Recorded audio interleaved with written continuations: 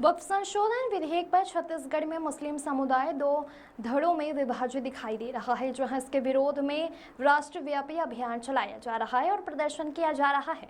वहीं इस प्रदर्शन पर छत्तीसगढ़ के वक्फ बोर्ड के अध्यक्ष सलीम राज का बड़ा बयान सामने आया है।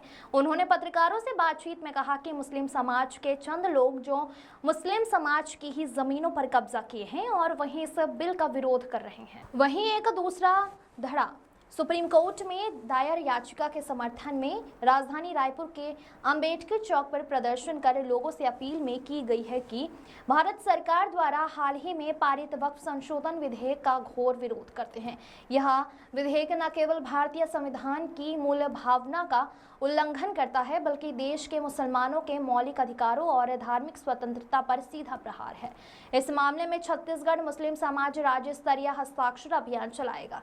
इस प्रदर्शन के दौरान छत्तीसगढ़ के वरिष्ठ अधिवक्ता शाहिद सिद्दीकी ने कहा कि इस विधेयक के खिलाफ सुप्रीम कोर्ट के याचिका दायर की गई है। हमारा ऋण मत है कि यह विधेयक न केवल असंवैधानिक है, बल्कि यह अल्पसंख्यक समुदाय की सामाजिक, धार्मिक और सांस्कृतिक स्वतंत्रता को बाधित करने का प्रयास है और इसी अन्यायपूर्ण संशोधन के विरुद्ध जन जागरण और जन समर्थन के लिए हम एक छत्तीसगढ़ राज्य स्तरीय हस्ताक्षर अभियान चला रहे हैं।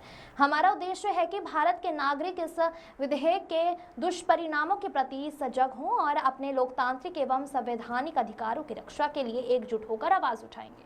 देश के सभी न्यायप्रिय नागरिकों की वो इस अभियान में भाग लें और नीचे हस्ताक्षर करके इस लोकतांत्रिक प्रयास को मजबूती प्रदान करें। हम सब मिलकर अपने संवैधानिक अधिकारों की रक्षा करें और वक्फ की ऐतिहासिक और धार्मिक विरासत को सुरक्षित की आड़ में पूरे के पूरे सिस्टम को नुकसान पहुंचाना है कि आज हम कोई बात ना करें, गरीबी की बात ना करें, बेरोजगारी की बात ना करें। वक्फ की आड़ में पूरे जो सर्व समाज है उसको धोखा देने की बात है। भाई आज मेरे कॉन्स्टिट्यूशनल राइट्स को आप वायलेट करोगे, मेरा उसमें अकेला नहीं हूँ। आप एक शुरुआत कर रहे हो, कॉन्स्टिट्यूशनल राइट वायलेट कर रहे हो। संविधान में छेड़खानी जो मुद्दा उठाया जा रहा है, यही संविधान में छेड़छाड़ है, यही संविधान में बदलाव करने की कोशिश का और दुष्प्रयास किया जा रहा है, जिसको हम लोग बर्दाश्त नहीं करेंगे।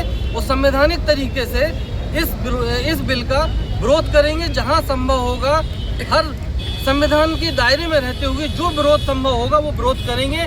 चाहे वो व्यक्तिगत सलीम राज ने भी जो स्टेटमेंट जारी किया हो मस्जिदों के लिए, वो भी गलत है। कैसे तय कर सकता है कोई आदमी के?